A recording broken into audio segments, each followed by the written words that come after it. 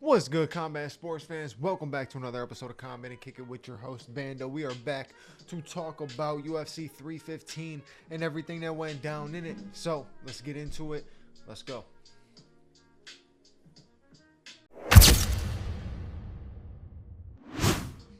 ladies and gentlemen, we got a new welterweight champion. Jack Della Maddalena got it done against Belal Muhammad. I had a breakdown for it, edited it, got it loaded up. By the time I was getting ready to put it out, fights had already started. So I'm like, it's just a waste of time. I'm not about to put it out. So I have to come through with the review, of course. And just crazy turn of events. You know, we had a former ranked number 1 get beat last night by Natalia Silva. You had Valentina Shevchenko retaining the throne. And then you have Belal Muhammad getting dethroned by Jack Della Maddalena. So, a lot of different things happened last night. So, it's crazy, too, that I didn't get this prediction and breakdown out because I actually got a lot on my predictions right. So, I had the early prelims. I predicted Bezcott. I predicted Daniel Santos. I predicted Marc-Andre Barriault. Then you get into the prelims. I predicted Navajo Sterling, Bukauskas, Jasmine Jasudavicius, Mike Malott. I'm almost like never 100% at this point. Had Benoit Saint Denis, and I took the L when I kept with Alexa Grasso. But opening the card was Benoit Saint Denis versus Kyle Prepolek. Kyle tried to fight, man. He tried to stay in there, tried to make it gritty, tried to make it dirty, but Benoit Saint Denis is one tough SOB, man. He really is. He's a tough dude to beat. It's a tough fight to come in. He was coming in that fight, Kyle Prepolek, on short notice. So, you did what you can do. You know what I'm saying? But on Benoit Saint Denis' side, you guys know how I am when it comes to a ranked fighter fighting a non-ranked fighter on short notice. You got to go out there and make the statement. There should be no discussion, no argument, no thought of it. You went out there, you made the statement, made it quick.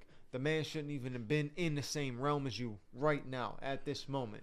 And Benoit Saint Denis did that. And he had a tough fight. It wasn't an easy fight, but he got the win. So good win for Benoit Saint Denis. A needed win. He could not afford that loss. That would have been terrible if he took the L. He could not have afforded that. So very good win by Benoit Saint Denis.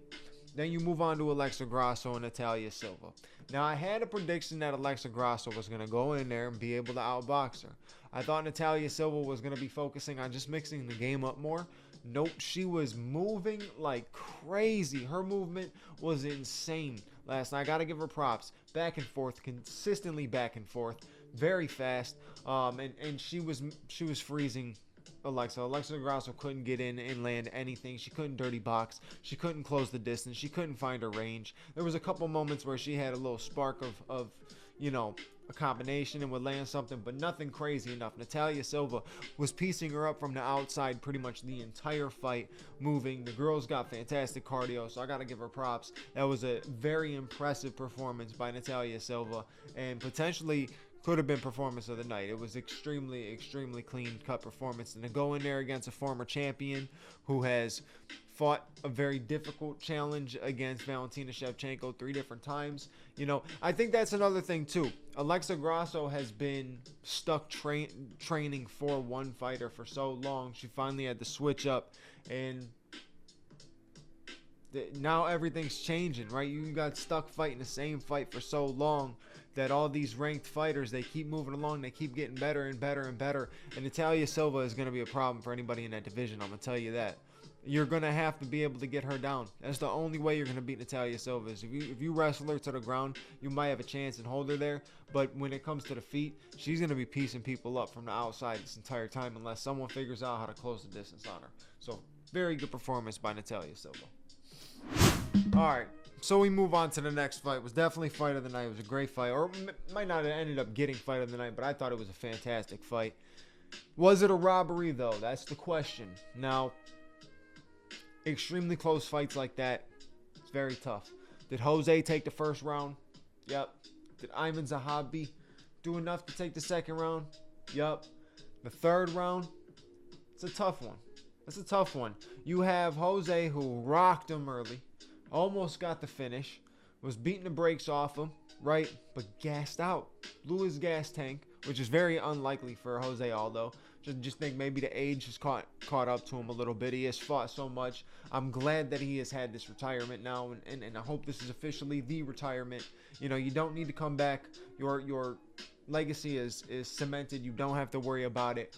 But in this fight, he fought his ass off, and so did Ayman Zahabi, right? Ayman Zahabi got tested, and so did that corner of Ayman Zahabi. He had George St. Pierre in the corner. He had his brother Faraz Zahabi in the corner, so he had a great corner crew. So you knew the adjustments were going to be made. Jose had to get a finish to get that win, and Jose just gassed out.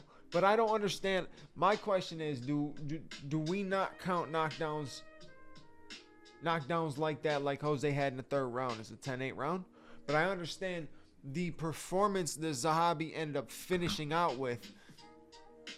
It's tough. He had 3 minutes to do what he did. He had 3 minutes to be able to land some shots and put some wear and tear on Jose Aldo. And it was definitely enough to sway the judge's decision. I think Jose had that fight in the bag until that moment, though. I really thought Jose was going to win that fight. I thought he was winning the fight, to be honest with you. And I mean winning the fight before we even got to that point, right? I thought Ayman Zahabi could have took the second round, but at the same time, Jose was landing good shots. He was landing the more effective looking shots. Ayman Zahabi was landing more volume. So if you're looking at like percentage of strikes, Ayman Zahabi beat him in the terms of percentage of strikes, but then Jose was landing the more significant ones in my opinion. But it is what it is. I'm not the judge. I'm just a podcaster, a guy who sits back and talks about these fights. And I'm a huge Jose Aldo fan, and I hate to see him lose. But at the same time, like I said, legacy is cemented. He doesn't have to do anything else. I'm glad he put the gloves down, and I hope it's official for the King of Rio. He is the greatest featherweight of all time. See me in that argument anytime you want. But I got to give props off to the fact that both of those men, you got Ayman Zahabi, who's 37, and Jose Aldo, who's 38, put on an absolute slugfest performance between the two of them. They went at it. They scrapped out. There was no... The only groundwork that happened was at the end, and that was just because Jose was gassed out to can be. No one was shooting. No one was trying to wrestle. Great fight. Great fight. So we move on to the co-main event, the flyweight championship matchup. Valentina Shevchenko retains the title against Manon Fiorot in a very close decision. Another close fight, a 48-47 decision in Valentina's favor. Was the fight extremely close? It wasn't like extremely close. I could definitely see, and I would have locked in that decision win to Valentina too. But Valentina took round one, catching Manon with right hand counters, everything like that, just clipping her. Busted open her nose. I don't know if she broke her nose, but she busted her nose pretty bad. She was just landing good shots in the first round. I think the speed and the speed and everything like that just completely threw. I think the speed and everything just completely threw Manon Fiorot off in that first round. Right, she couldn't get a good pace. She couldn't get good timing and stuff like that. But she was able to figure it out. Made some good adjustments coming out to the second and third round. She was using what she's best at. Obviously, she's a great kickboxer, but she is great when it comes to putting somebody into clinch positions. And that's what she started to do. She started utilizing the clinch work a little bit more against Valentina, which was perfect. She needed to use that. She needed to slow down Valentina. She needed to slow down the pace of the fight, and she did. She put her up against the cage. She was landing some good shots, and she was making Valentina respect her, which is one of the number one things. You got to make somebody like Valentina respect you. If you can't, she's going to beat you every time. You have to make Valentina respect you. And she did. She was able to figure it out. She started landing some good shots.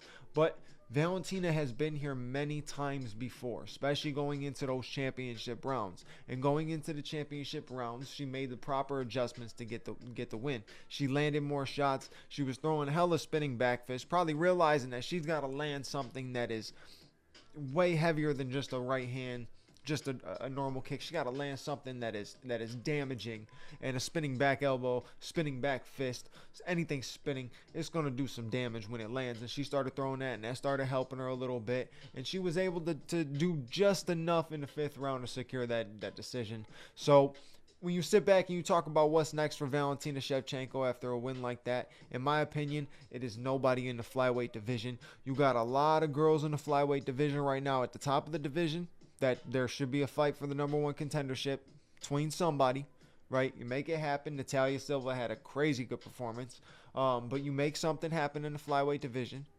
and you give Zhang Weili the flyweight title shot. Stop playing her. You know she's going to go in there and put on a show.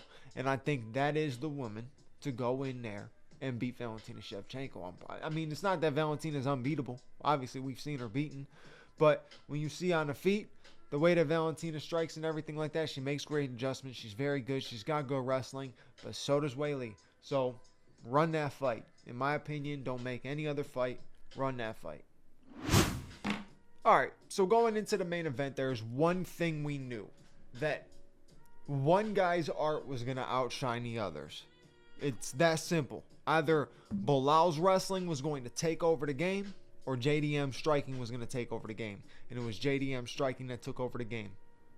From the start of the fight, right, he was finding shots, landing clean shots. Bilal had no answer for it. He was just chasing him around the octagon. JDM was landing good counter shots, caught him with a good counter knee, busted his nose, cut him up under the eye. He was doing a lot. He was landing a lot of good shots, and Bilal was kind of just chasing. Bilal was shooting. When he did get a takedown, it had no effect whatsoever. JDM was able to get back to his feet. JDM's slick. He's very tricky. He was doing a lot of rollouts and stuff. I saw in like the last round he got taken down or was on the ground with, I don't know if he really even gotten taken down, but rolled out of it. He has a great roll out of position when he's on the ground, so he's smart at being able to get out of those tough positions. And Bilal had no answer. He really had no answer for the striking. The combination striking in JDM was definitely an issue. He was landing a ton of body shots, and in the breakdown, in my JDM breakdown, I said the body shots. That's one of the positive things that he needed going into that fight was body shots. He went in there with body shots, was landing them. He was doing very well. He had clean striking, and it was damaging striking. I said too, that's another thing I said. He's not a crazy like KO one-punch knockout power type of guy, but an accumulation of shots from Jack Della Maddalena is going to damage you. And if you look at if you look at Bilal's face after the fight, I give Bilal props though. For the first time ever, he went out there and tried to put on an exciting fight, and he went at it, and I give him props. The one thing that a lot of people want to know is what happens now with the lightweight division now that the welterweight champ has changed. So you're gonna have to catch that on the next episode. I appreciate you for watching this episode. You know what to do. Like, comment, subscribe, hit the bell notification so you know when the next episode is out. Your boy Bando is out. Shout out to Jack Della Maddalena. Fantastic win this weekend. And UFC 315 was actually a really, really good card. It stood up for having some average fights, but some good finishes, and then some good back and forth wars in the main card. So overall, UFC 315 was good. But like I said, I appreciate you for watching. I'll catch you guys in the next episode. Your boy Bando's out. Peace.